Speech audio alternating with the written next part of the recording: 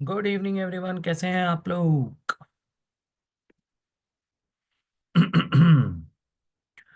Good evening, good evening, good evening, good evening, good evening. आवाज आ रही है मेरी? क्लियर है आवाज?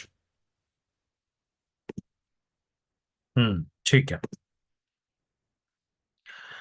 गुड इवनिंग जी, good evening, good evening, good evening, good evening. मैं बहुत अच्छा हूँ। कैसे हैं सर? मैं बहुत अच्छा हूँ। Good evening. अभी वेट कर रहा हूँ मैं, कुछ लोग वेटिंग रूम में दिख रहे हैं मुझे। एक बार वो सब आ जाए। I am good, I am good, I am good. Ravi sir, Shabnam ji. मैं लेट नहीं हुआ, मैं टाइम से था, बट मेरी खुद की एंट्री नहीं हो पा रही थी। 1000 लोग एकदम आ गए थे मीटिंग के अंदर, तो इसलिए लेट हो गया मैं। ठीक है। ठीक है जी। मैं बहुत अच्छा हूँ। Good evening, good evening Sonia ji, Asma ji. Thank you so much Mamta ji. हम्म। Sir please please please please number दे दो। अरे भाई, मोहम्मद शेख जी, क्या करोगे मेरे नंबर का? पिछली बार भी बताया था, मैं फोन यूज नहीं करता हूँ।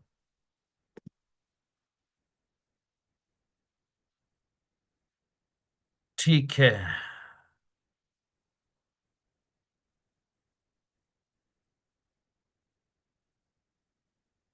हम्म।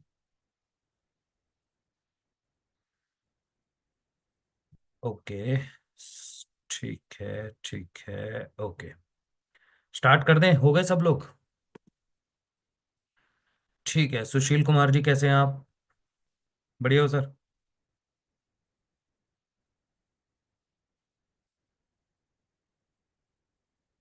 ठीक है। चैट पढ़ लिया मैंने, बहुत सारे चैट पढ़ लिए। कोर्सेज को लर्न कैसे करें स्टेप बाय स्टेप? ये बड़ा अच्छा क्वेश्चन है आपका। ये क्वेश्चन मुश्किल है थोड़ा, इसका जवाब दिया जाएगा आपको, जल्दी दिया जाएगा।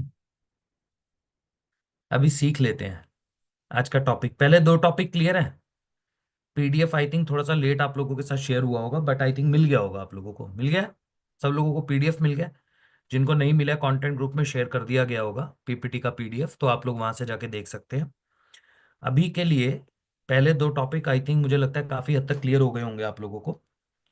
अभी तीसरा टॉपिक इज लाइक ऐसा है विनय भाई, कि क्वालिफाइंग द राइट प्रोस्पेक्ट। क्या मतलब होता है इसका? इसका मतलब ये होता है यार, कि हम जिस भी प्रोडक्ट या सर्विस के अंदर काम कर रहे हैं, सेल्स के अंदर कोई ना कोई प्रोडक्ट होता है या फिर कोई ना कोई सर्विस होती है। इसका बेस्ट एग्जांपल देता हूं मैं आपको, बड़े आसानी से समझ जाओगे। मैं बहुत बार दे भी चुका हूं, आज दोबारा देता हूं। क्वालिफाइंग द राइट प्रोस्पेक्ट का मतलब ये होता है भाई, गंजे को कंगी बेचना। राइट। लोग कहते हैं ना कि भाई गंजे को कंगी बेच दी मैंने, मैं गंजे को कंगी बेच सकता हूँ, मैं इतना जबरदस्त सेल्समैन हूँ। बोलते हैं आयु भाई कि भाई हम तो गंजे को कंगी बेच सकते हैं, इतने जबरदस्त सेल्समैन है हम। सो बेसिकली वो सेल्समैन होता है, और हमको कभी भी लाइफ के अंदर सेल्समैन नहीं बनना। क्या गंजे को कंगी की जरूरत है? तो अगर आपने बेच भी दी, अगर इन केस आपने बेच भी दी गंजे को कंगी, तो उससे होगा क्या? नेगेटिविटी आएगी। बाद में जाके गंजा परेशान होगा, गाली देगा। हो सकता है आपने उसे बाहर जाके, बाहर क्या कहते हैं, जैसे तैसे आपने अपनी बातों में उसको सम्मोहित कर लिया हो, और ऐसे कुछ फीचर्स बता दिए हो कंगी के कि अयूब भाई उसने आपसे कंगी खरीद ली। अब घर पे जाके जब उस कंघी को वो यूज करेगा, यूज करने की कोशिश करेगा, तो उसके तो कोई काम की नहीं है। तो बेसिकली गंजे को कंघी बेचना इज नेवर अ सेल्स। इसको मैं सेल्स बोलता ही नहीं हूं।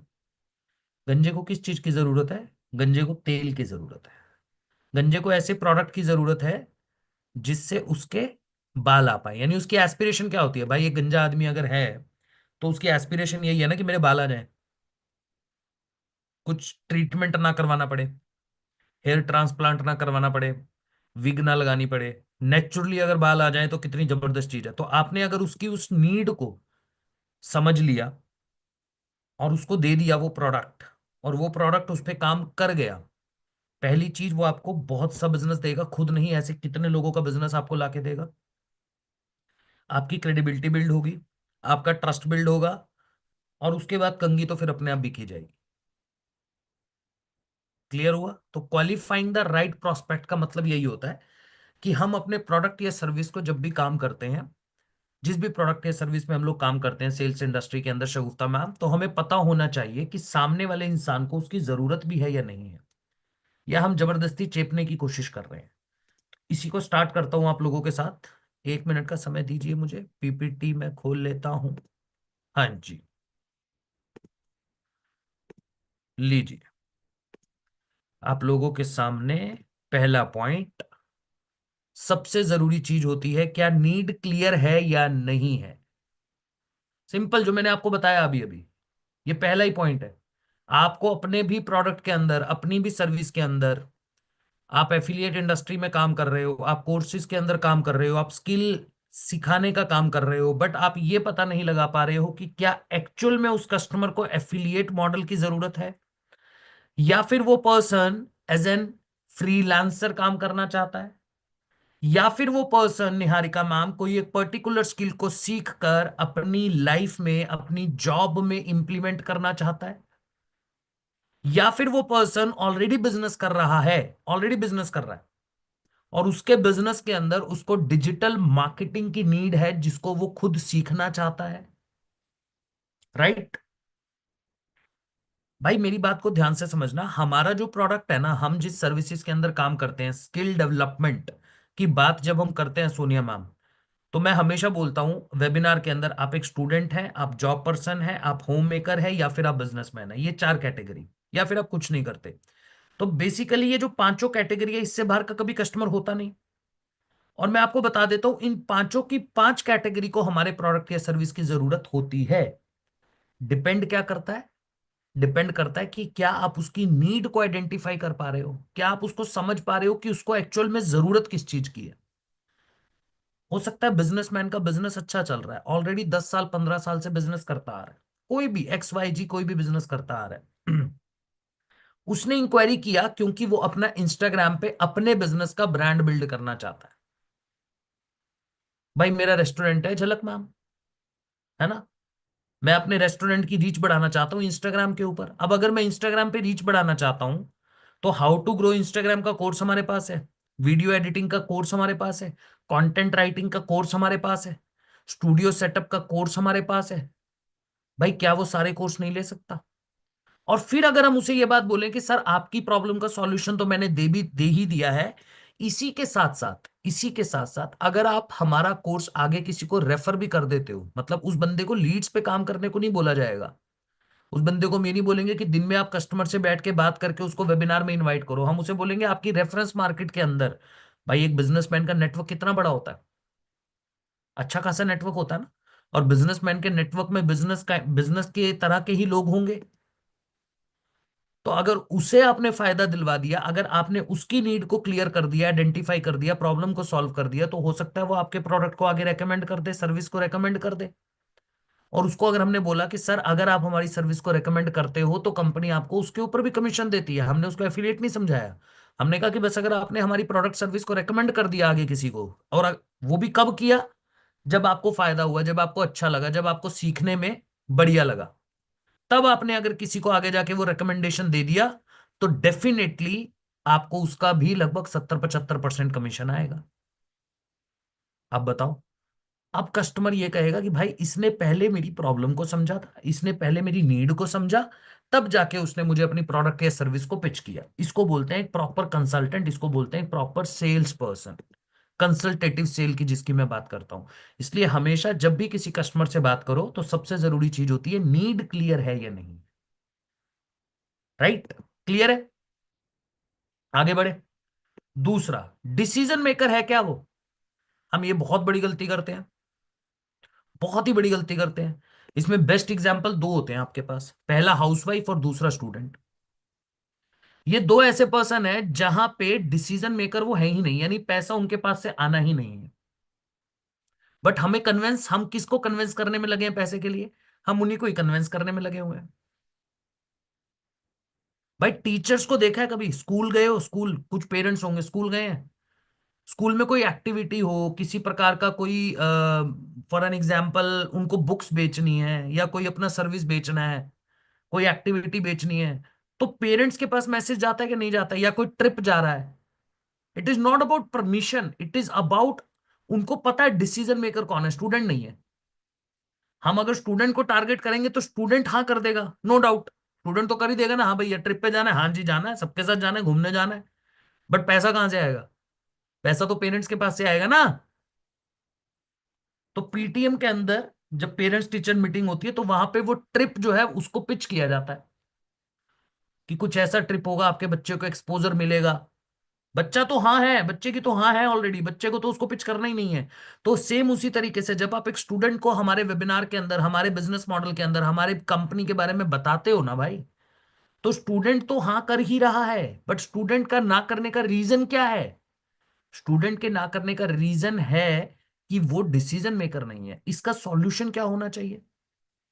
इसका सॉल्यूशन ये होना चाहिए, क्योंकि हाँ इसके अंदर एक चीज और भी है। अब कई बार हम कहते हैं, स्टूडेंट को ही बोल देते हैं कि जाके अपने पेरेंट्स से बात कर। भाई पहली चीज, जो मैं स्टूडेंट तक पहुंचा रहा हूं, मैं अपना 100% दे रहा हूं, बट स्टूडेंट तक ऑलरेडी वो 70-60% पहुंच रहा है, ये ध्यान रखना। अब वही 70 से 60%, क्योंकि वो स्टूडेंट है, क्योंकि वो हाउसवाइफ है जिसने आज से पहले कभी किया ही नहीं निहारिका मैम, जब वो अपने हस्बैंड के पास बैठेगी तो वो 60 60 से सीधा 20% पे जाके ट्रांसफर होगा। यानी जो 60% नॉलेज उसने मुझसे ली है, जो सीखा है, वो आगे 20% ही ट्रांसफर कर पाएगा।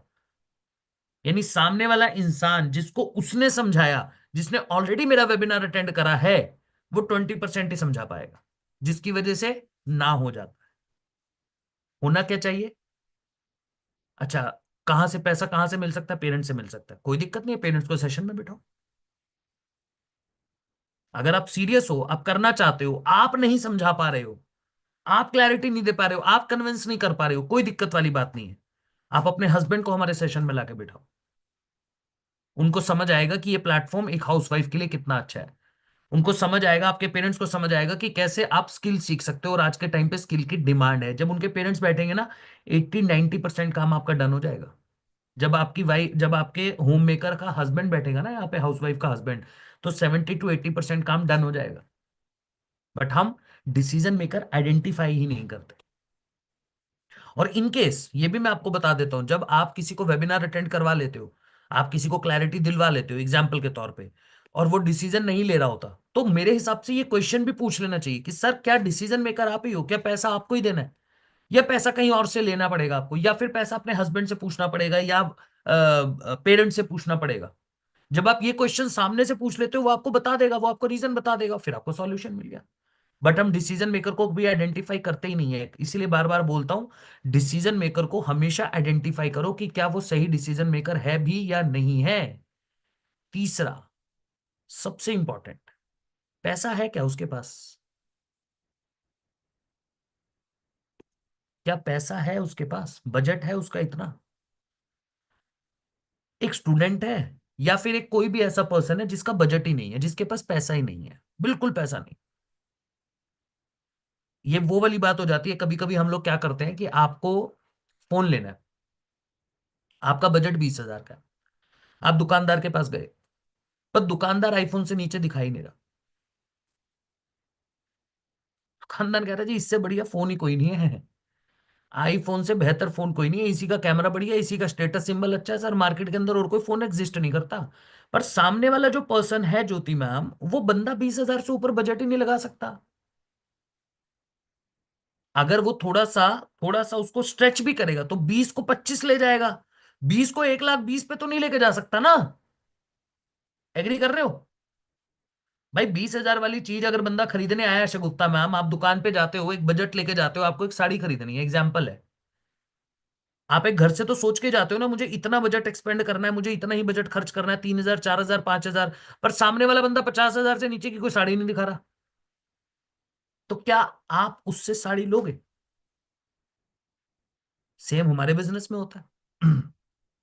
हम कह रहे हैं जी प्रीमियम प्लस से बेहतर कुछ है ही नहीं, और कभी कभी कस्टमर क्या कहता है, इसी वजह से डिसीजन नहीं लेता, वो सोचता है यार प्रीमियम प्लस ही सब कुछ है, साइना जी प्रीमियम प्लस ही सब कुछ है, और किसी पैकेज में तो कुछ है ही नहीं।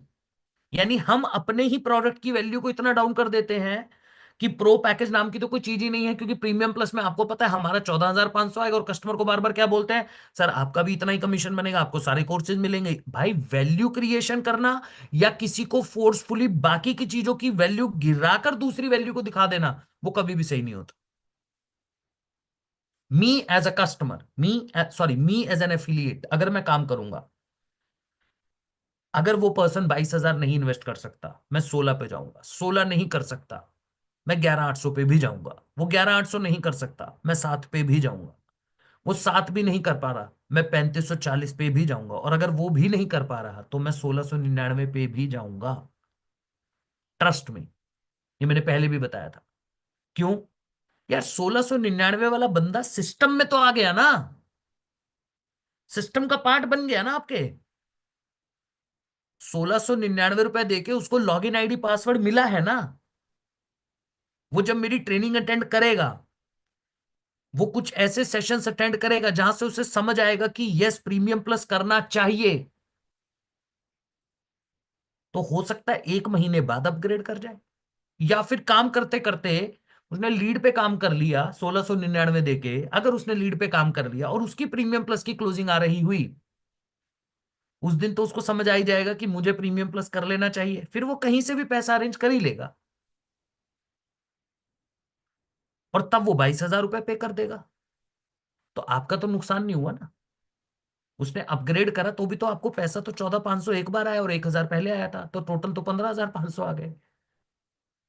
बट हमने आइडेंटिफाई ही नहीं करा कि यार एक्चुअल में उस बंदे का बजट है या नहीं है। बस हम तो उसे एक ही बात बोलते रहे, अरेंज कर लो सर, 22,000 वाला अरेंज कर लो, कोई फायदा ही नहीं है सर, 16 वाले में कोई फायदा नहीं है, फालतू में बाद में ऐसे करोगे। हम 10 तरीके के रीजन दे देते हैं उसको कि क्यों तुझे दूसरा पैकेज करना ही नहीं है, बट उसे एक भी ऐसा रीजन नहीं देते कि yes you can start with this package also.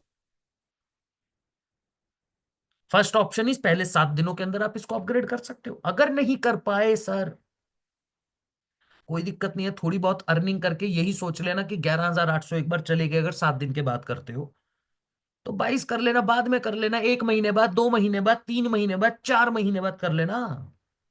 अरे मैं कह रहा हूं जब भी करेगा पैसा तो आपके पास आएगा। और ना करने से, कुछ अर्निंग ना होने से तो मुझे लगता है 1,000 रुपए की अर्निंग भी बहुत होती है। भाई 1699 में 1,000 रुपए का कमीशन तो आता है। 1,000 रुपए के अंदर भी लीड तो परचेज की जा सकती है, डैशबोर्ड पे तो नंबर बढ़ता है। वही कस्टमर तो कुछ नहीं करने वाला था ना। बट ये हम सोचते ही नहीं है, यहां तक हमारा दिमाग जाता ही नहीं है। तो हम बजट जरूर चेक करें कस्टमर का, कि एक्चुअल में वो बंदा पे कर पाएगा या नहीं पे कर पाएगा। क्लियर है जी? आगे बढ़े। ठीक है, चौथे पॉइंट पे बढ़ते हैं, टाइमलाइन। ये बहुत जरूरी है ना। टाइमलाइन का मतलब पता है क्या होता है? टाइमलाइन का मतलब ये होता है कि क्या मेरा कस्टमर आज वेबिनार अटेंड करने के बाद, जब आपने उससे बात करी, क्या ये बंदा अगले 1 दिन, 2 दिन, 3 दिन के अंदर डिसीजन ले सकता है, या ये बंदा तुरंत डिसीजन ले सकता है? फर्स्ट कॉल जब हमने करी, राइट, फर्स्ट कॉल के बाद कस्टमर ने मुझे सारे सीटीए लिख के भेज दिए व्हाट्सएप के ऊपर, ऑफर लिख दिया, सब कुछ लिख दिया, हर चीज लिखी। तो जब हमने बात करी, उससे पूछ लिया कि सर अगर मैं आपके अभी मैनेजर से बात कराता हूं तो क्या आप अभी डिसीजन ले पाएंगे? मतलब अगर आपके मैनेजर से बात हो जाती है और आपका सिलेक्शन हो जाता है, जैसे मैं आजकल सिलेक्शन प्रोसेस वाली बात करता हूं, आपका सिलेक्शन हो जाता है, तो क्या आप अभी पे कर पाओगे? डिसीजन का मतलब तो यही होता है ना, पे कर पाओगे? कस्टमर ने कहा नहीं, I will take some time, मुझे थोड़ा समय चाहिए अरेंज करने के लिए। कोई दिक्कत नहीं है, प्रेशराइज मत करो, फोर्स मत करो किसी भी कस्टमर को। If that customer wants time, needs time, भाई दो, जरूरी है। आप अपना ही कस्टमर खराब करते हो। नहीं जी, नहीं, नहीं जी, नहीं, नहीं जी, नहीं, अभी क्या भी करना वाला है सर, कैसी बात कर रहे हो? अभी होगा जो होगा, इसके बाद तो फिर कंपनी बंद ही हो जाएगी हमारी, हम किसी को बनाएंगे नहीं एफिलिएट। आप तो उसको ऐसा फील करवा देते हो कि आज के आज है बस, जिंदगी जो बदलेगी इसके बाद तो अच्छा, वही कस्टमर मान लो एग्जाम्पल के तौर, क्षमा मैम, उस कस्टमर को आपने इस तरीके से मना मना कर दिया, सब कुछ हो गया। अब 20 दिन के बाद उस बंदे का मन किया करने का, उसने बोला, मना करोगे उसे? वो नहीं सोचता होगा ये उस दिन तो बहुत बड़ी बड़ी बातें कर रहा था कि आज के आज कर ले, अब 20 दिन बाद मैं इसको बोल रहा हूं तब भी कह रहा है आज ही कर ले। तो आपकी खुद की वैल्यू डाउन हुई क्या नहीं हुई? इससे बेहतर क्या होता है कि सर अगर मैं आपकी बात अपने मैनेजर से करवा देता हूं, तो कितना टाइम लगेगा आपको डिसीजन लेने में? अभी ले पाओगे? कस्टमर कहता है नहीं सर थोड़ा टाइम लगेगा। कोई दिक्कत नहीं। सर एक बार जिन्होंने अभी डिसीजन लेना वो मैनेजर उनका सिलेक्शन कर लें। आपको तो अभी समय लगेगा ही पैसा अरेंज करने में, तो थोड़ा सा टाइम लेके भी मैनेजर से आपकी बात करवा दे, तो अभी आपकी फनल में तो एटलीस्ट आ गया ना। फनल से बाहर तो नहीं गया ना। उसको पता है ना कि भाई अब ये बंदा मेरे ऊपर प्रेशर है, और उसने खुद ही बोल दिया कि नहीं मेरे को जी एक दिन 3-4 दिन 5 दिन का समय लगेगा। अब अगर उसने 3-4 दिन 5 दिन का समय बता दिया, आपको ऑलरेडी बता दिया 5 दिन का समय, तो मेरे अकॉर्डिंग आपको 5 दिन उसको तरीके से फॉलो अप करना है, ना कि उसे प्रेशराइज करना है। क्योंकि वो बंदा आपको ये बात बोल सकता है मैं तो सर पहले ही बोल चुका था आपको 5 दिन लगेंगे 6 दिन लगेंगे मुझे तो। और मैं तो हमेशा, अगर मैं सेल्स करने जा रहा हूं, अगर मैं सेल तो अगर सामने वाले ने 5 बोला है तो मैं 6 दिन लेके चलता हूँ, 7 दिन लेके चलता हूँ। मैं लेके नहीं चलता कि 5वें दिन वो कर ही देगा। इंडिया है ना भैया, कमिटमेंट के पक्के तो बहुत कम होते हैं यार लोग। कि जिसने जिस दिन कमिटमेंट कर दिया वो उस दिन तो पूरा नहीं होने वाला ना। दो एक दिन 2 दिन आप लोग भी अगर किसी को बोलते हो भाई 9 बजे तो पहुंच ही जाऊंगा, तो 9 बजे पहुंचते हो कितने लोग, ये तो सबको ही पता है ना। तो जब आपको पता ही है, खुद का भी पता ही है, तो मुझे लगता है कि अगर उसने सामने वाले ने 5 दिन बोल दिए हैं कि सर 5 दिन लगेंगे मोहित भाई, तो अपन 7 दिन का समय लेके चलेंगे। और प्रॉपर डेटा को मेंटेन करेंगे कि ये बंदा 7 दिन के अंदर करेगा, अब इस 7 दिन के अंदर मुझे उसे वैल्यू देनी है। इस 7 दिन के अंदर मुझे उसको फॉलो अप करना है। इस 7 दिन के अंदर मुझे उसे कंटेंट भेजना है। इस 7 दिन के अंदर मैं उसको बीच में कोई ट्रेनिंग अटेंड करवा सकता हूं। इससे मेरे कन्वर्जन के चांसेस बढ़ जाएंगे। क्लियर हुआ? इसलिए टाइमलाइन हमेशा क्लियर करो कस्टमर के साथ। क्लियर है जी? गाड़ी गाड़ी कभी गाड़ी खरीदने का फॉर्म भरा है? याद आ गया मुझे। ऑनलाइन जाना, कहीं पे एडवर्ट चल रही हो किसी गाड़ी की, उसके अंदर फॉर्म होता है, उस फॉर्म को भरना।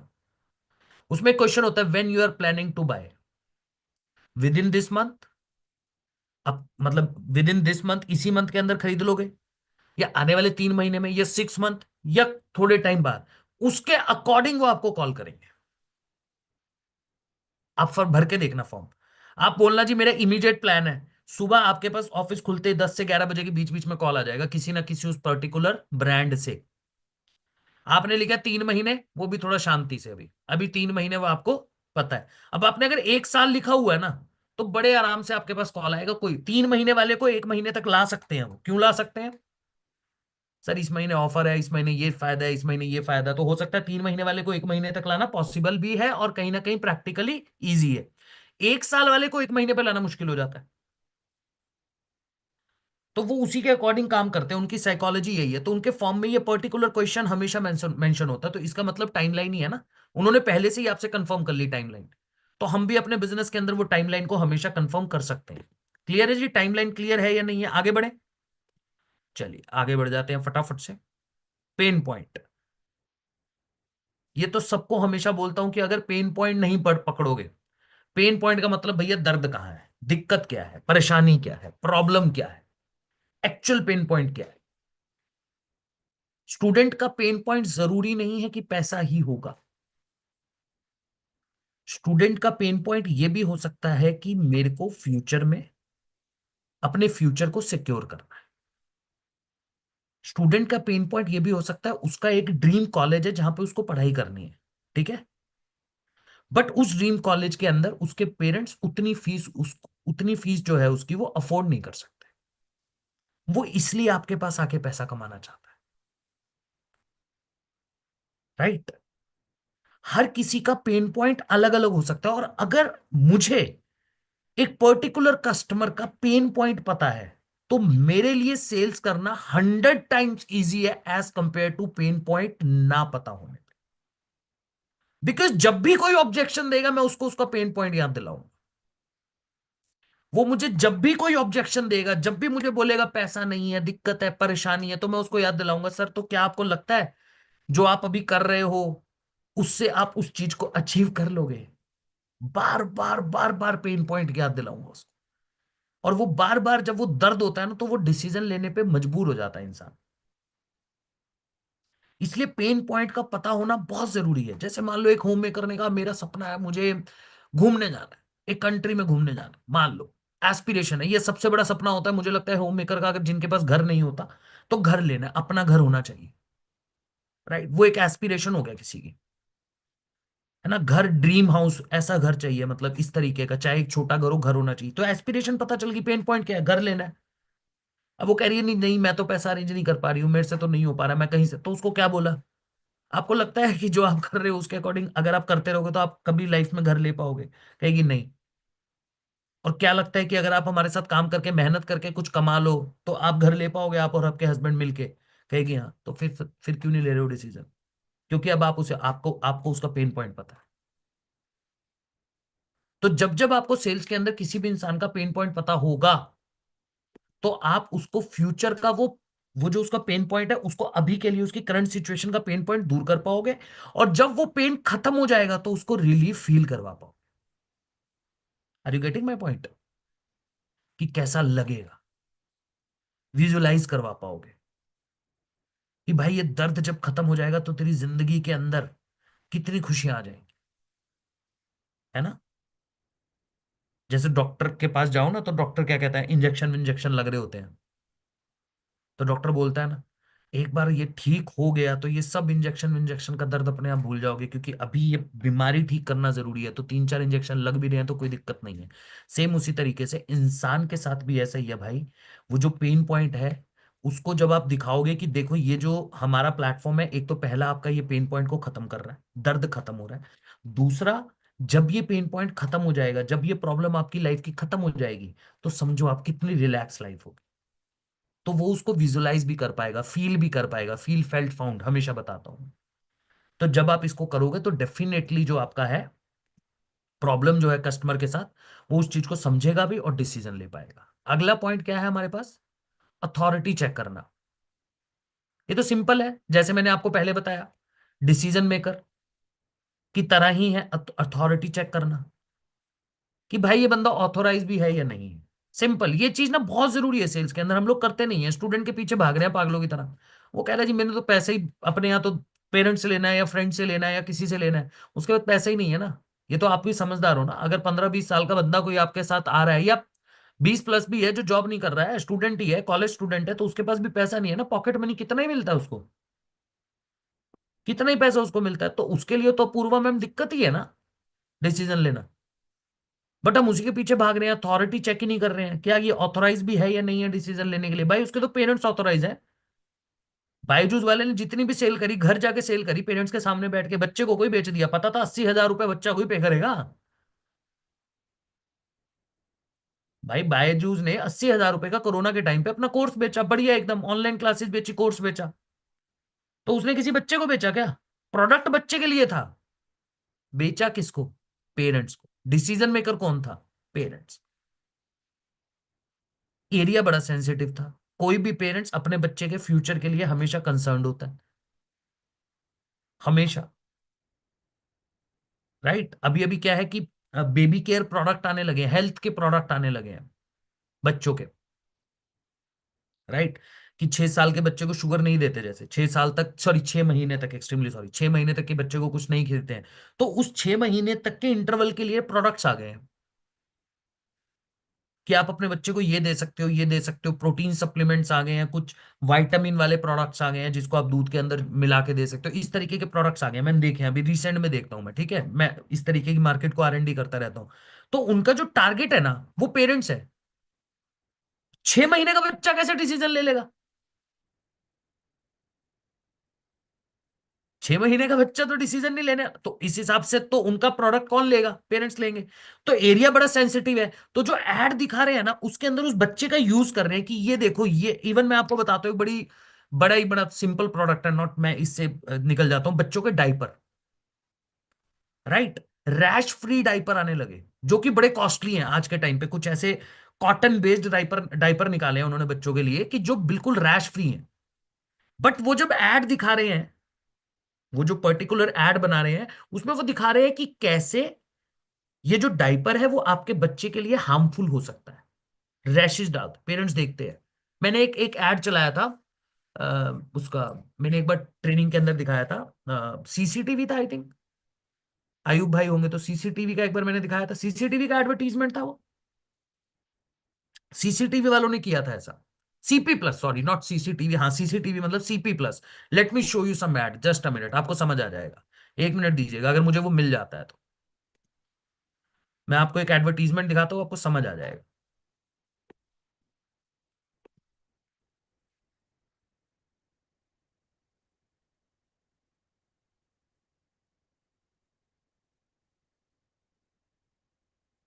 मंजू दीदी आज नहीं आने वाली है, अपना ध्यान रखना एंड नो मस्ती।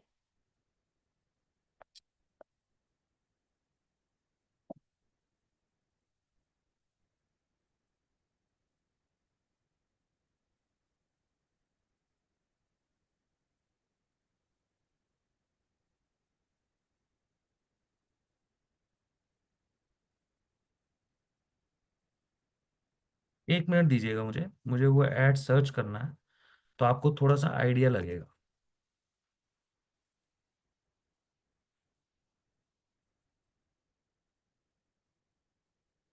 हमारा जो यूरोप ट्रिप है वो 100। आई थिंक यही है, एक बार देखिएगा इसको।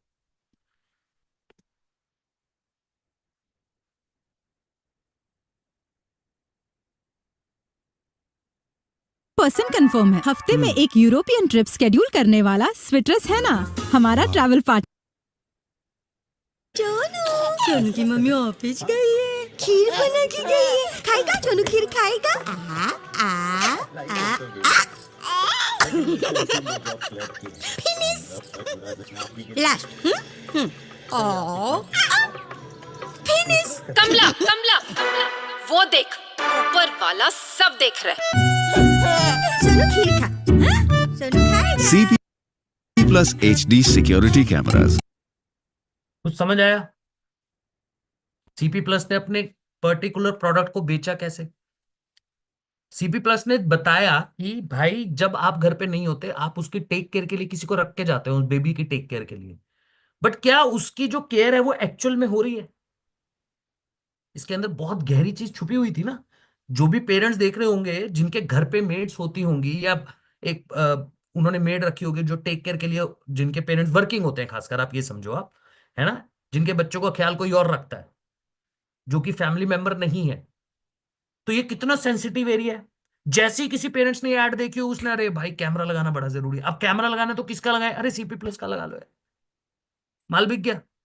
सीपी प्लस को कुछ करना पड़ा? नहीं करना पड़ा, कुछ भी नहीं करना पड़ा। ये चीजें होती है जहां से आपको सेल सीखनी चाहिए। एक्चुअली में मैं यहीं से सीखता हूं। मैं एडवर्टीजमेंट्स देखता हूं कि भाई ब्रांड अपने आप को बेचते कैसे हैं। अब देखो यहां पे क्या सीपी प्लस घर पे आया, क्या उनकी तरफ से कोई कॉल हुआ? नहीं हुआ भाई। एक नॉर्मल एडवर्टीजमेंट जहां पे डर दिखाया गया कि भाई ये चीज हो सकती है आपके साथ भी, और शायद हो रही हो, आपको पता ना हो, तो लगवा लो सीसीटीवी। समझ आया? तो ये चीज थी। एक मिनट दीजिए।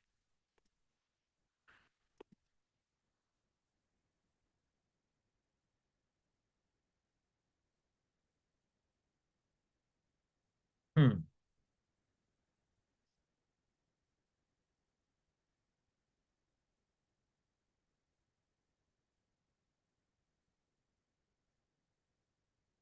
अब ये देखिए, एक अगले पॉइंट पे बढ़ते हैं। ये भी चेक करो कि क्या अर्जेंसी है या टाइम पास कर रहा है बंदा। कई बार ऐसा होता है यार भाई, हम लोग ना गलत प्रोस्पेक्ट पे टाइम इन्वेस्ट कर रहे हैं। टाइम इन्वेस्ट भी नहीं कर रहे, इन्वेस्ट तो इज बड़ा गलत वर्ड हो गया। टाइम स्पेंड कर रहे हैं गलत प्रोस्पेक्ट पे। उसको उसको कोई अर्जेंसी नहीं है, उसको कोई जरूरत नहीं है, वो करना नहीं है उसको। वो सिर्फ आपके साथ टाइम पास करने में लगा हुआ है, सिर्फ और सिर्फ। उसका एक ही काम है भाई, आप लोगों के साथ बात करना, सारा दिन बात करते रहना। ठीक है, डिसीजन उसको लेना नहीं है। अर्जेंसी मतलब कहीं ना कहीं उसके अर्जेंसी क्या है, उसको लेना ही नहीं है डिसीजन। वो सिर्फ आपका टाइम वेस्ट कर रहा है, अपना भी टाइम वेस्ट कर रहा है। होते हैं ना, बहुत से कस्टमर होते हैं लगे हुए हैं, लगे हुए हैं, लगे हुए हैं। खासकर फीमेल्स के साथ ऐसा होता होगा मैक्सिमम टाइम पे। कस्टमर फालतू में बात करने के लिए, सिर्फ आप लोगों से बात करने के लिए लगा हुआ है। तो यू नीड टू आइडेंटिफाई। वो कैसे होगा? जब आप राइट क्वेश्चंस पूछोगे, सही क्वेश्चंस पूछना। क्या समझ आया, क्या क्लैरिटी मिली, लाइफ के अंदर क्या गोल है आपका, आज से 3 महीने बाद आप अपने आप को कहाँ देखते हो। ऐसे क्वेश्चन जब आपसे आप उसे पूछने लगोगे ना, वो आपको सही जवाब नहीं देगा, क्योंकि उसका ध्यान नहीं था ना, वेबिनार में ध्यान था ना कहीं पे ध्यान था। तो आपको समझ जाना चाहिए ये बंदा फालतू का टाइम वेस्ट कर रहा है, निकाल दो इसे, फनल से निकाल दो, ब्लॉक कर दो। ये होप में मत बैठो ये मुझसे बात कर रहा है सर, ये तो पेमेंट कर सकता है, तो मैं होप में बैठा हूं, वो होप रखने का क्या फायदा। वो एक्चुअली में आपका टाइम वेस्ट कर रही है ना वो होप, तो उस होप को रखो ही मत। इसलिए ये पहले चेक कर लो कि क्या बंदे को अर्जेंसी है, या फिर सिर्फ और सिर्फ आपके साथ टाइम पास कर रहा है, क्योंकि पता चलेगा राइट क्वेश्चन से। अगला पॉइंट क्या है भाई, ये देखो इंटरेस्ट लेवल जो है ना, इंटरेस्ट लेवल कितना है। अभी क्या होता है, कहीं भी कभी कभी कभी कस्टमर आपसे खुद बोलता है ट्रेनिंग कब है, मीटिंग कब है, वेबिनार कब है। पूछता है कि नहीं पूछता है। हमें कंटेंट भेजने की भी जरूरत नहीं पड़ती। आपने कुछ स्टेटस लगाया, उसके ऊपर उसने रिप्लाई कर दिया। हाई इंटेंट कस्टमर बोलते हैं इसको, high intent customer, not interested customer. Intent बहुत हाई है इनका, ये करना चाहते हैं। आपने कोई ऐसा स्टेटस लगाया, आपने कोई ऐसी स्टोरी लगाई जिसके अंदर कोई अर्निंग कर रहा है, उसके ऊपर वो रिएक्ट कर रहे हैं, या फिर वो डिसीजन नहीं ले रहे हैं, बट आपको स्टोरी लगा रहे हैं उस पर वैसे ही रिएक्ट कर रहे हैं, नॉर्मली रिएक्ट कर रहे हैं, तो समझ जाओ इनका इंटेंट हाई है, ये आपसे बात करना चाहते हैं, ये आपके पास आना चाहते हैं। तो इंटरेस्ट लेवल हमेशा कस्टमर का चेक करो कि भाई कितना इंटरेस्ट लेवल है, कितना दिखा रहा है, मीटिंग पूरी अटेंड कर रहा है, इंटेंट है। मैंने एक मीटिंग का लिंक भेजा, तुरंत से आ गया। आपने मीटिंग के बाद में 3 क्वेश्चन 4 क्वेश्चन पूछ लिए कि भाई अंकित सर ने क्या क्या बताया, कैसे बताया, उसने तुरंत रिप्लाई दे दिया, समझ आ गया कि यार इस बंदे ने बहुत इंटरेस्ट के साथ मीटिंग अटेंड करी है, इसका इंटेंट हाई है।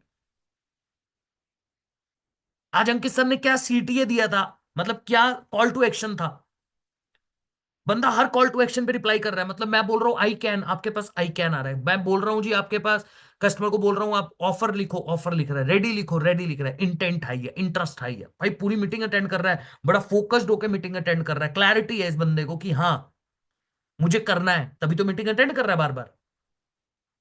वो डिसीजन क्यों नहीं ले पा रहा, क्योंकि उस पर पैसा नहीं है। ठीक है, समझ आ रहा है कि पैसा नहीं है, नहीं ले पा रहा है, बट इंटेंट हाई है, किसी ना किसी दिन लेगा। तो ये तोफू मोफू बोफू जिसको मैं बोलता हूं, इसके अंदर आपकी ये फनल होनी चाहिए। Top of the funnel, middle of the funnel, bottom of the funnel.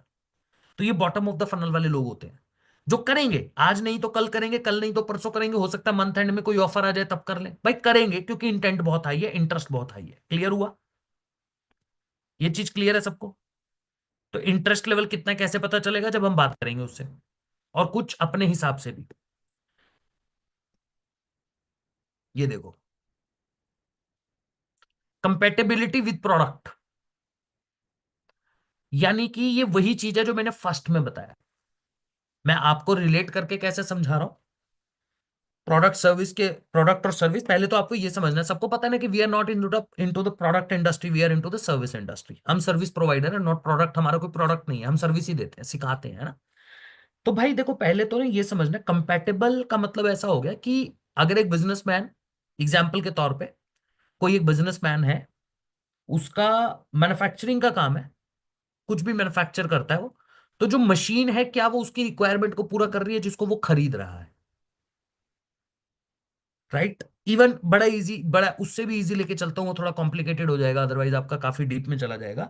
Mobile, आप मोबाइल खरीदते हो, कई लोग शौक के लिए खरीदते हैं, कई लोगों का उसका प्रॉपर उसका यूज करने के लिए। जैसे आईफोन लिया, क्यों लिया भाई, कंटेंट क्रिएटर है, आईफोन चाहिए ही चाहिए, कहीं पे भी कंटेंट शूट करना पड़ सकता है, कैमरा प्लस मैक्सिमम जो क्या बोलते हैं उसे, जिनके पास डेटा होता है, जिनके फोन के अंदर मैक्सिमम प्राइवेसी जिनको रखनी होती है, वो आईफोन रखते हैं। क्यों रखते हैं, क्योंकि भाई उनको पता है कि आईफोन सबसे ज्यादा सिक्योर फोन है, जहां पे हमारा डेटा लीक नहीं हो सकता सिक्योरिटी पॉइंट ऑफ व्यू से, राइट। जैसे पहले के टाइम पे आपने देखा होगा, बिजनेसमैन की अगर बात करोगे ना, तो आपको 80 to 90% बिजनेसमैन के पास ब्लैकबेरी मिलता। इसलिए नहीं ब्लैकबेरी का ऑरा अलग था, या ब्लैकबेरी बहुत बड़ा ब्रांड था, blackberry security point of view से एप्पल से भी बेहतर था एक टाइम पे, क्योंकि उसका यूजर इंटरफेस, ऑपरेटिंग सिस्टम बहुत अलग था। थोड़ा टेक्निकल है, नहीं समझोगे, बट मैं आप बिल्कुल लेमैन लैंग्वेज में ऐसे समझ जाओ कि ब्लैकबेरी को लोग खरीदते इसीलिए थे क्योंकि वो सिक्योर था, उनका डेटा लीक होने के चांसेस बहुत कम होते थे उस फोन के अंदर, राइट। तो ये कंपैटिबल है। अब जहां पे कंपैटिबिलिटी आती है, तो ब्लैकबेरी अगर 2 लाख रुपए में अपना फोन बेचता था तो वो बिकता था, ठीक है, मेरे को समझ आ गया कि वो कौन नहीं खरीद, मैं क्यों खरीदूंगा भाई, मेरा क्या ही डेटा है, चुरा ले जिसको चुराना है, मेरे पास कोई डेटा नहीं। बट एक बिजनेसमैन, उसके लिए उसका डेटा ही सब कुछ है, उसकी प्राइवेसी ही सब कुछ है, तो उसके लिए 2 लाख रुपए मैटर ही नहीं करते, वो 2 लाख पे करेगा। Are you getting my point? Compatibility same goes in our business. क्या होता है भाई हमारे बिजनेस के अंदर, एक हाउसवाइफ का एस्पिरेशन है 25 से 30 हजार कमाना, वो घर से बाहर नहीं जा सकती, वो घर पे बैठ के कमाना चाहती है, वो ऐसा कुछ बिजनेस सर्च कर रही है जहां पे कहीं ना कहीं वो अपने बच्चों को भी टाइम दे पाए, अपने फैमिली को भी टाइम दे पाए, कंपैटिबिलिटी आ रही है। तो इससे बढ़िया प्लेटफॉर्म क्या हो सकता है, बताओ मुझे, हो सकता है क्या? एक वर्किंग प्रोफेशनल जो जॉब नहीं छोड़ना चाह रहा, बिल्कुल भी नहीं छोड़ना चाह रहा, क्योंकि रिस्क है, बिजनेस चलेगा नहीं चलेगा, आपके साथ आके काम कर, बट वो 1.5 से 2 घंटे निकाल सकता है। और हमारा सपोर्ट सिस्टम ये बोलता है कि अगर 1 से 1.5 से 2 घंटे भी कंसिस्टेंसी से निकाल ले तो ज्यादा नहीं तो 25-30 हजार तो कमा लेगा। कंपैटिबिलिटी आ गई, कंपैटिबिलिटी आ गई ना। तो कंपैटिबिलिटी दिखानी पड़ती है कस्टमर के साथ कि हमारा प्रोडक्ट एंड सर्विस जिसमें भी हम काम कर रहे हैं वो आपके लिए आपकी जो एस्पिरेशन है उसके लिए कंपैटिबल है। समझ आया? एग्जैक्ट चीज समझ आ रही है? पहले मुझे चैट बॉक्स में लिख के बता दो भाई, चीजें समझ आ रही है, मजा आ रहा है, गलती क्या करते थे वो चीजें समझ आ रही है? लिख लो मुझे, एक मिनट में पानी पी लेता हूं इतनी देर, जल्दी से।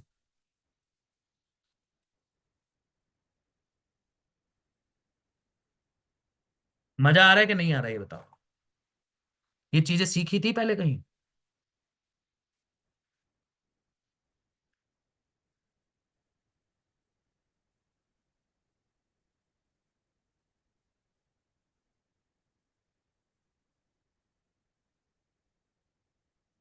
कह रहे हैं सर आप विजिबल नहीं हो, मैंने कैमरा बंद करा इसलिए विजिबल नहीं हो, अभी आ जाऊंगा, 1 मिनट दीजिए बस।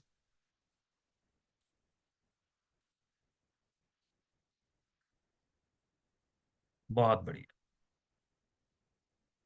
चलिए फिर आगे बढ़ते हैं। यहां तक क्लियर हुआ ना? देखो मैंने अभी तो तीसरा ही सेशन चल रहा है, मैंने आप लोगों को पहले ही बताया था कि 21 दिन के बाद आपको सेल्स में कोई फेल नहीं कर पाएगा।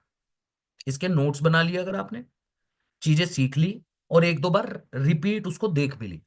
ये भी मैं आपको बता देता हूँ, कई बार क्या होता है 1-1.5 घंटे का सेशन तो हम लोग अटेंड कर लेते हैं, कई बार एग्जाम्पल चल रहे हैं, बात चल रही है, बात चलते चलते कोई चीज मिस भी हो जाती है। तो मेरा मानना यह है कि एक बार यहाँ पे सेशन अटेंड करो, एक आधी बार उसकी रिकॉर्डिंग भी देखो, क्योंकि जब आप रिकॉर्डिंग देखोगे तब उस टाइम पे डिस्ट्रैक्शन नहीं होगा, कहीं पे भी किसी भी प्रकार का कोई डिस्ट्रैक्शन नहीं होगा, आपको पता है सारी चीजें चल रही हैं। वो जब चीजें चल रही होंगी और फिर आप चीजों को अटेंड करोगे एक आधी बार, यानी कि उसको रिवाइज कर लोगे, काइंड ऑफ रिवाइज हो गया, लाइव रिवाइज हो गया आपका, वो रिकॉर्डिंग में रिवाइज हो गया, तो फिर चीजें और मजेदार आपको समझ आनी शुरू हो जाएंगी और आपकी गलतियां खत्म हो जाएंगी सेल्स के अंदर।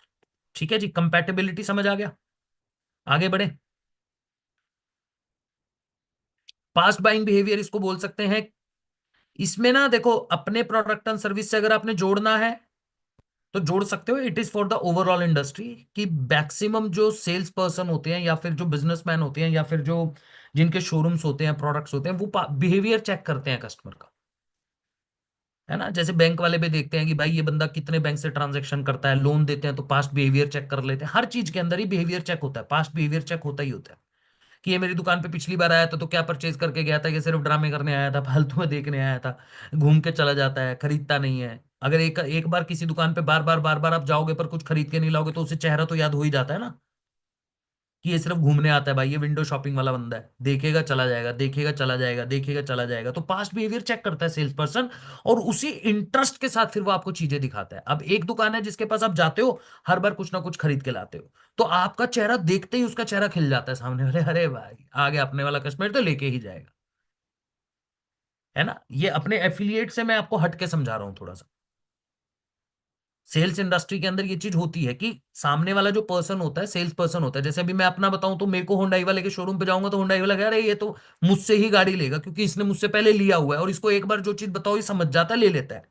ये आप लोगों के साथ भी होता होगा, आप किसी पर्टिकुलर दुकान के पास जाते हो बार बार और उससे सामान खरीद के लाते हो और वो 1-2 चीजें अपनी तरफ से रेकमेंड करता है, वो भी खरीद लेते हो, तो वो बंदा आपको बड़ा जबरदस्त कस्टमर मानता है, तो वो ना फिर आपको डिस्काउंट विस्काउंट खुद से भी दे देगा, आपको सर्विस और अच्छी देगा, आप जाओगे चाय पानी पूछेगा, अरे सर आए हैं, चलो चाय पानी पी लो सर, कुछ तो कर ले लो, क्योंकि उसे पता है इस बंदे का इंटेंट बड़ा हाई है, ये बंदा एक्चुअली में मुझसे खरीदने आया, मेरे टाइम वेस्ट करने नहीं आया। राइट।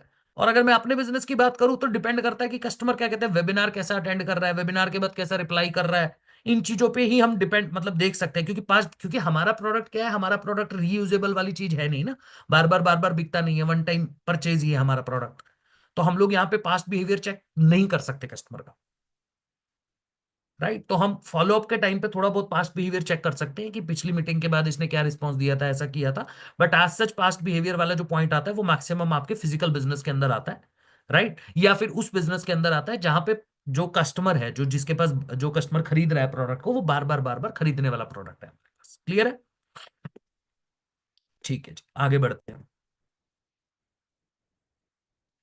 हाँ, रेफरल्स, ये बहुत जरूरी चीज है यार। देखो, रेफरल के ऊपर हमेशा हमें काम करना चाहिए। रेफरल्स का मतलब क्या होता है? जरूरी नहीं है कि हमारे बिजनेस के अंदर, देखो पहली चीज तो जो बंदा आता है, मैं आपको बताता हूं, मेरे पास कई ऐसे एफिलिएट ने भी स्टार्ट किया जिन्होंने खुद एफिलिएट से नहीं कमाया, बट उन्होंने मुझे बहुत से कस्टमर लाके दे दिए। शालिनी मैम, उन्होंने मुझे बहुत से कस्टमर लाके दे दिए, क्योंकि मैंने उन्हें सर्विस बड़ी अच्छी दी, मैंने उनको ट्रेनिंग बहुत अच्छी दी, मैंने उनको समझाया बहुत, मैं उनको कमाना ही नहीं था, उनको सिर्फ सीखना था। उन्होंने कहा जी मेरे को कमाना नहीं है। कई बार बिजनेसमैन आ जाता है, भाई समझना, एक बिजनेसमैन आपको हजारों कस्टमर दे सकता है, हजार कस्टमर दे दे। रेफरल इतनी बड़ी जबरदस्त गेम है कि आपने बिजनेसमैन की एक पर्टिकुलर प्रॉब्लम को सॉल्व किया, आपने उसके पेन पॉइंट को पकड़ के उसे सॉल्व कर दिया, वो आपको 10 12 15 20 कस्टमर ऐसे ही दे देगा। जैसे मैंने एक बार समझाया था कि मैक्सिमम सेल्समैन देखना आप क्या करते हैं ना,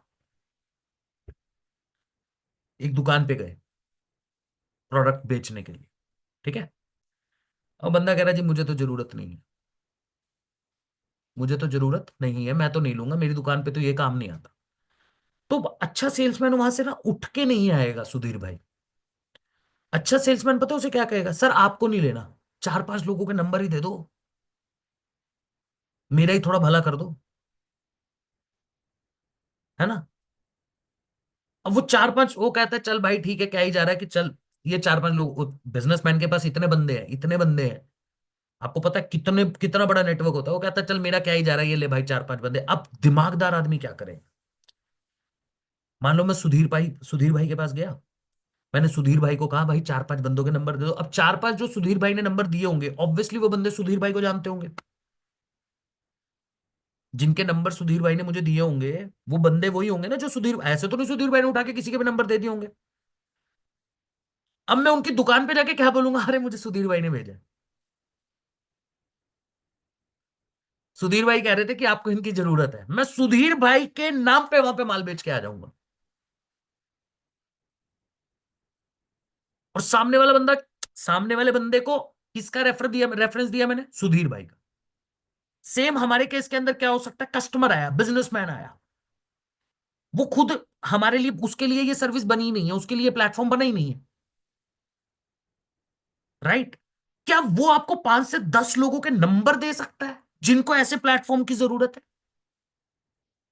एक हाउसवाइफ आई आपके पास, आपके साथ उसकी बातचीत अच्छी होगी, उसने वेबिनार अटेंड कर लिया, राइट, उसको समझ आ गया कि मैं नहीं ये करना चाहती और मुझे ये नहीं करना, मेरे लिए प्लेटफॉर्म नहीं, उसने आपको मना किया, तो क्या as a good sales person मैं उसे ये बोल सकता हूं कि मैम आपके नेटवर्क में, आपके रिलेशन में तो 8 10 ऐसी हाउसवाइफ होंगी जिनको ये प्लेटफॉर्म की जरूरत है, ऐसा कुछ काम करना चाहती हूँ, आप नहीं भी करना चाहते, तो क्या आपके रिलेशन में, आपके नेटवर्क में, या आपका कोई स्टूडेंट, या मतलब कोई बच्चा है, कोई कोई भी जिसको ऐसे प्लेटफॉर्म की जरूरत है आपकी नजर में, क्या आप बता सकते हो? ताकि मैं उनको समझा पाऊं कि कैसे वो अपनी अर्निंग कर सकते हैं घर पे बैठ के। क्या पता अगर सामने वाला बंदा अच्छा हुआ, भाई वी कैन ट्राई, सेल्स के अंदर ट्राई चलता है यार। और क्या पता सामने वाला बंदा बढ़िया हुआ, यार मैं तो नहीं करना चाहता, पर हाँ मेरी नजर में ये 2 3 लोग हैं, ये शायद कर ले, लो आप कर लो बात, मेरा क्या जा रहा है। अब वो तो एफिलिएट नहीं बना, उसने तो ज्वाइन नहीं करा, बट उसने 3 बंदों के नंबर दे दिए, उसमें से 2 पेमेंट आ गई, एक पेमेंट आ, एक ही आ गई। आपके लिए तो वो कर दे या कोई और कर दे बात एक ही है ना यार, बट हम वहां तक जाते ही नहीं। हम उस बंदे को वो चीज पिच करते ही नहीं है। हम तो सोचते हैं इसने मना कर दिया खत्म हो गया काम। नहीं, आज हर किसी के फोन में मिनिमम से मिनिमम 200 नंबर तो होंगे। मैं आपको एक रीसेंट, मेरे को किसी एक मैनेजर ने समझाया था, मतलब मैनेजर की मैंने एक बात सुनी थी। उसने अपनी टीम में क्या सिखाया, स्टूडेंट्स को उसने सिखाया ऐसा कि भाई आप जो आपके दोस्त वोस्त हो उनको संडे को पार्टी पे बुलाया करो। स्टूडेंट्स का वो होता है ना, सर्कल होता है एक, तो संडे को उनको दोस्तों को अपने पार्टी वार्टी में बुलाया करो, है ना। और बोला करो कि ये पार्टी मैंने क्यों दी है, इसलिए दी है क्योंकि मैं इस प्लेटफॉर्म से पैसा कमा रहा हूं। और उसके बाद उनको बोलो आपने करना तो आ जाओ वेबिनार अटेंड कर लो। वहां से करते करते मोटा मोटा शायद 10-12 लाख रुपए का बिजनेस बना दिया उनके कुछ एफिलिएट्स ने मिलकर, दिमाग लगाया सिर्फ। अब दोस्त यार है, वो शाम को किसी ने बोल भी दिया कि चल भाई पिज्जा खिला रहा हूँ आज मेरी तरफ से पिज्जा, अब आ ही जाएगा ना ऑब्वियसली सामने वाला बंदा कि चल भाई आज क्या ही दिक्कत है।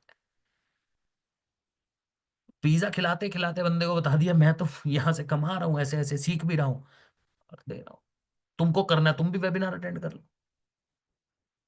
अब बताओ मुझे लीड्स कहाँ से खरीदी, उसने कुछ भी नहीं खरीदी, दिमाग लगाया। क्लियर हुआ? आगे बढ़े। ठीक। उसके बाद क्या है, ऑब्जेक्शन का पैटर्न। ऑब्जेक्शन और एक्सक्यूज में बहुत बड़ा डिफरेंस होता है। ऑब्जेक्शन में और एक्सक्यूज में बहुत बड़ा डिफरेंस होता है। ऑब्जेक्शन दे रहा है करना चाहता है, एक्सक्यूज दे रहा है करना नहीं चाहता। मीटिंग अटेंड कर रहा है, पैसा नहीं है, ऑब्जेक्शन हो सकता है। मीटिंग ही अटेंड नहीं कर रहा तो वो ऑब्जेक्शन नहीं है, वो एक्सक्यूज है। वो आपसे भागना चाह रहा है। मीटिंग ही अटेंड नहीं कर रहा है भाई बंदा, और आपको लग रहा है जी बार बार आपसे बात तो कर रहा है पर वो कह रहा है जी मेरे पास समय ही नहीं है। उसको इंक्वायरी उसने करी है, उसको लाइफ में आगे बढ़ना है, पैसा कमाना है, बट उसके पास अपने ही लिए 1 घंटे का समय नहीं है। और जितनी बार मीटिंग में बिठा रहे हो पूरी मीटिंग अटेंड नहीं कर रहा, आधी मीटिंग में भाग जाता है और उसके बाद कहता है समझ नहीं आया, एक्सक्यूज दे रहा है। वेबिनार अटेंड करने के बाद सर ये पॉइंट क्लियर नहीं हुआ, ऑब्जेक्शन है। सर कस्टमर कैसे आएगा ये समझ नहीं आया, ऑब्जेक्शन है, एक्सक्यूज नहीं। सर एक्चुअल में पैसा नहीं है, ऑब्जेक्शन है, एक्सक्यूज नहीं। एक्सक्यूज आपको खुद ही समझ आ जाएगा, फालतू की बातें करने लग जाएगा कस्टमर। जैसे कई बार वेबिनार के बीच में मैं देख बोलता हूं ना आप लोगों को, चैट बॉक्स में कुछ भी लिख देते हैं, कुछ भी। जैसे एक कस्टमर ने आपको बोला सर ये ना मेरे को नेटवर्क मार्केटिंग लग रहा है, एग्जाम्पल के तौर पर आपने उसे बड़े अच्छे से एक्सप्लेन कर दिया, बट वो उसी चीज पे अड़ा हुआ है। मेरे को तो फिर भी लोगों को जोड़ने का ही लग रहा है। वो अब एक्सक्यूज दे रहा है आपको, वो एक्चुअली में आपको ये नहीं दिखाना चाहता कि मैं ज्वाइन नहीं करूंगा या मेरे को करना नहीं है। वो बस आपको गलत प्रूफ करना चाहता है कि नहीं ये एक्चुअल में नेटवर्क मार्केटिंग है, मैं इसलिए नहीं कर रहा हूं। अगर ये ना होता तो 22,000 मेरे लिए कुछ भी नहीं है, मैं भी कर देता। तो हमेशा हमें आइडेंटिफाई करना है क्या वो ऑब्जेक्शन दे रहा है या फिर एक्सक्यूज दे रहा है, और ये पैटर्न से समझ आ जाएगा। क्लियर हुआ? यहां तक क्लियर है चीज? कम्युनिकेशन में क्लैरिटी है या नहीं है, क्या मतलब हुआ इसका? कम्युनिकेशन में क्लैरिटी है या नहीं है, मतलब वो आपको अच्छे से अपनी बात कम्युनिकेट कर पा रहा है या नहीं कर पा रहा है। कई बार क्या होता है कि हम तो बड़े अच्छे से क्लैरिटी के साथ कस्टमर को चीजें एक्सप्लेन करते हैं, बहुत अच्छे से क्लैरिटी के साथ सुधीर भाई चीजें बता रहे होते हैं, वेबिनार में बहुत अच्छे से क्लैरिटी दे रहा हूं, बट कस्टमर ही अपनी प्रॉब्लम को आप लोगों तक नहीं पहुंचा पा रहा, अपनी प्रॉब्लम नहीं बता पा रहा। मेरी प्रॉब्लम क्या है, उसे लाइफ में करना क्या है, यानी इसका सिंपल सा आपको बताऊं, आपके कस्टमर का ही वाई क्लियर नहीं है तो वो कम्युनिकेट भी नहीं कर पाएगा कि मुझे लाइफ में क्या चाहिए। जैसे आप में से कई लोग ही होंगे सर मुझे ना 1 लाख रुपए महीना कमाना है, 2 लाख रुपए महीना कमाना है, मुझे 50,000 रुपए महीना कमाना है। सबको कमाना है, यहाँ पे बैठा कोई भी नहीं होगा जिसको नहीं कमाना है भाई। ट्रेनिंग अटेंड कर रहे हो, सीख रहे हो, समझ रहे हो, तभी आए हो। बट क्यों कमाना है ये नहीं पता।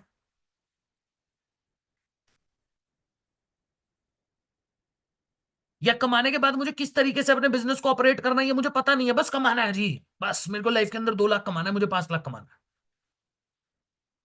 क्यों करना है, कोई भी क्लैरिटी नहीं है, कम्युनिकेट ही नहीं कर पा रहे हो। मैं सवाल पूछ रहा हूं, बता ही नहीं पा रहे हो। मेरे पास किसी ने लिखा सर मैंने 200 लीड पे काम कर लिया जी, मेरे अंदर कन्वर्जन नहीं आ रहा, मेरे को व्हाट्सएप पे कहीं ने लिख दिया। अब मैंने सामने से फोन करके 2 सवाल पूछ लिए, क्यों नहीं आ रहा? एक बार फर्स्ट कॉल करके दिखाओ, फर्स्ट कॉल नहीं बता पा रहे। फॉलोअप में क्या करते हो? करता हूं जैसे बता रहे हैं मैनेजर वैसे कर लेते हो। ये खुद से बताओ ना क्या कर रहे हो आप। मैनेजर बता रहे हैं आप, उसके उससे उससे मुझे क्या फर्क पड़ता है? मैनेजर तो सबको अलग अलग तरीके से भी बता सकता है भाई। तुम बताओ तुम क्या कर रहे हो। तुम ही मुझे अगर कम्युनिकेट नहीं कर पा रहे हो, या तुम ही मुझे अच्छे से एक्सप्लेन नहीं कर पा रहे हो चीजों को, तो भाई मेरे कैसे कर पाऊंगा? मैं कैसे बता पाऊंगा जब तक आप मुझे ही कम्युनिकेट नहीं कर पाओगे? क्लियर हुआ यहां तक? क्लियर है? चलिए आगे बढ़ते हैं। इस पॉइंट को छोड़ दो, ये पॉइंट मैंने बहुत टाइम पहले पीपीटी में लिखा था, ये पॉइंट आप लोगों के लिए नहीं है, ये B2B इंडस्ट्री के लिए था। हाँ, ये रेड फ्लैग जरूर नोटिस किया करो, बहुत जरूरी है। कि जैसे ही पैसों की बात करी, कस्टमर भागना शुरू कर देता है। डिले, आपने डिसीजन की बात करी, कस्टमर ने आपको टालना शुरू कर दिया। सर 2 मिनट रुकिए सर, कॉल आ रहा है किसी का। इससे समझ आ जाता है सर अभी जरा 1 मिनट कहीं पे बिजी हूं, बोलता है ना कस्टमर, फोन करके या उठा लेता है, सर मैं बिजी हूं, या फोन काट देना। एक बार 2 बार काटा, समझ आ रहा है? रेड फ्लैग का मतलब यही होता है कस्टमर डिले कर रहा है, बार बार बार बार बार बार चीजों को डिले कर रहा है, कोई ना कोई रीजन दे रहा है, वैलिड रीजन है ही नहीं किसी के पास। 1 मिनट देना मतलब।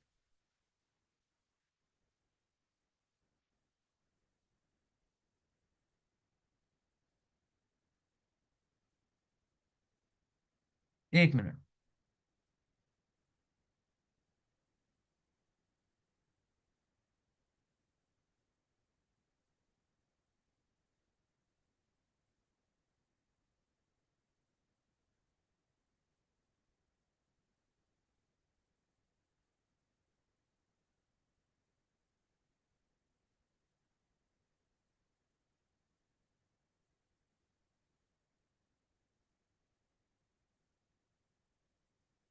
हम्म। तो बेसिकली ये चीज आपको खुद ही चेक करनी पड़ेगी कि भाई मेरा जो कस्टमर है वो किस टाइम पे जाके मुझसे टलना शुरू हो जाता है। पैसे पे जाके, डिसीजन के टाइम पे जाके, किसी ने बोला कि भाई अभी नहीं करूंगा सर, जब कुछ डिस्काउंट होगा कुछ होगा तब देखूंगा, आपको टालना चाह रहा है, आपसे डिस्काउंट मांगना चाह रहा है। रेड फ्लैग नोटिस करो, हर एक पॉइंट को नोटिस करो। इसीलिए बोलता हूं जब भी आप सेल्स कर रहे हो, किसी से बात कर रहे हो, आप अपनी प्रोडक्ट या सर्विस किसी के सामने रिप्रेजेंट कर रहे हो, हर एक छोटी छोटी चीज को नोटिस करो, अटेंटिव रहो। सेल्स ऐसी ही नहीं हो जाती है। और पता है क्या होता है, ये स्टार्टिंग में थोड़ा मुश्किल लगेगा शालिनी मैम आपको, कि सर बड़ी छोटी छोटी चीज बता रहे हो आप, इनका भी ध्यान रखना पड़ता है, इसका भी ध्यान रखना। बट वंस आप इन चीजों के यूज टू हो जाओगे, 2-3 महीने के अंदर अंदर आप इन चीजों के यूज टू, तो जब जैसे क्या होता है, गाड़ी जब चलाते हैं तो भाई देखना पड़ता है ना, ब्रेक कहाँ है, रेस कहाँ है, जिनको भी आता होगा, क्लच पे ध्यान दिया जाता है। अब जब गाड़ी में एकदम ट्रेंड हो गए तो गियर पे अपने आप हाथ डलता है, राइट? जब कोई सिग्नल आ रहा है तो ऑटोमेटिकली ब्रेक दब जाती है। आप तो नहीं देखते ना, अरे ब्रेक दबानी है, पैर से तो नहीं जाके दबाते ना, ऑटोमेटिकली हो रहा होता है ना फिर वो सारा काम। फिर आपकी बॉडी खुद पे खुद ऑपरेट कर रही है ना, खुद पे खुद, first gear, second gear, third gear, fourth gear अपने आप डल रहे हैं ना, ऑटोमेटिकली सारा काम हो रहा है। सेम इन सेल्स, जब आप 2-3 महीने इस पर्टिकुलर प्रैक्टिस, इस चीजों को प्रैक्टिस कर लेते हो ना, तो उसके बाद आपका ऑटोमेटिकली दिमाग वैसी काम करना शुरू कर देता है। तो मैं जब आज किसी से सेल्स कॉल करूंगा या फॉलोअप कॉल करूंगा, तो मैं ये सारे पॉइंट को ध्यान में रखूंगा। अरे अच्छा अच्छा अच्छा अच्छा, इसके रेड फ्लैग नोटिस करने हैं, चल नहीं, मेरा तरीका ही ये बन चुका है। मैं जो आपको ये ट्रेनिंग दे रहा हूं, ये ट्रेनिंग्स मैंने, मुझे लगता है मैंने इंडिया मार्ट के अंदर क्या कहते हैं दी थी। इसीलिए कुछ कुछ पॉइंट्स जो होते हैं वो B2B इंडस्ट्री के में मैं बीच में डाल देता हूं, क्योंकि मेरे लिए तो कॉमन पीपीटी बनी, पीपीटी क्या, पॉइंटर लिखे हुए हैं, पीपीटी में तैयार करवा लेता हूं। तो मैं तो तब से सीखता आ रहा हूं, तब से सीखता आ रहा हूं। मैंने बोला था ना कि भाई जो मैं आपको सिखा रहा हूं ये एफिलिएट इंडस्ट्री नहीं है, ये 10 साल की मेरी मेहनत है, और कहीं ना कहीं से सीखा है, कहीं ना कहीं से पढ़ा है, बट एक जगह से नहीं पढ़ा।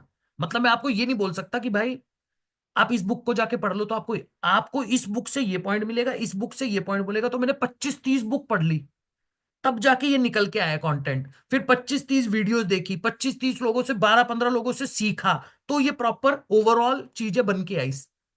तब जाके मेरे अंदर ये थोड़ा थोड़ा सेल्स को लेके परफेक्शन आया। बट अब मैं आपको बोल दूं जी आप 25-30 बुक्स पढ़ो फिर ये चीजें वीडियोस देखो, बड़ा मुश्किल है ना। तो इससे अच्छा मेरी ट्रेनिंग अटेंड कर लो, है ना, और उसको इंप्लीमेंट कर लो तो जल्दी सीख जाओगे। क्लियर है? आगे बढ़े।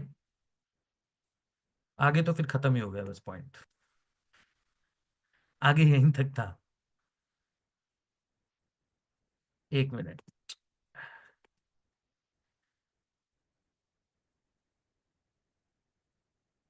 हम्म। तो क्वालिफाइंग द राइट प्रोस्पेक्ट, ये जो हमारा टॉपिक था, ये कितने लोगों को मजा आया और क्लैरिटी मिली, और क्या क्या गलतियां करते थे लिख दो जरा चैट बॉक्स में। मैं एक रिप्लाई करना है वो कर दूं इतनी देर, जल्दी से चैट बॉक्स लिखो फटाफट भर दो। मजा आया कि नहीं आया? और ईमानदारी से लिखा करो, मेरे को दिखाने के लिए मत लिखा करो।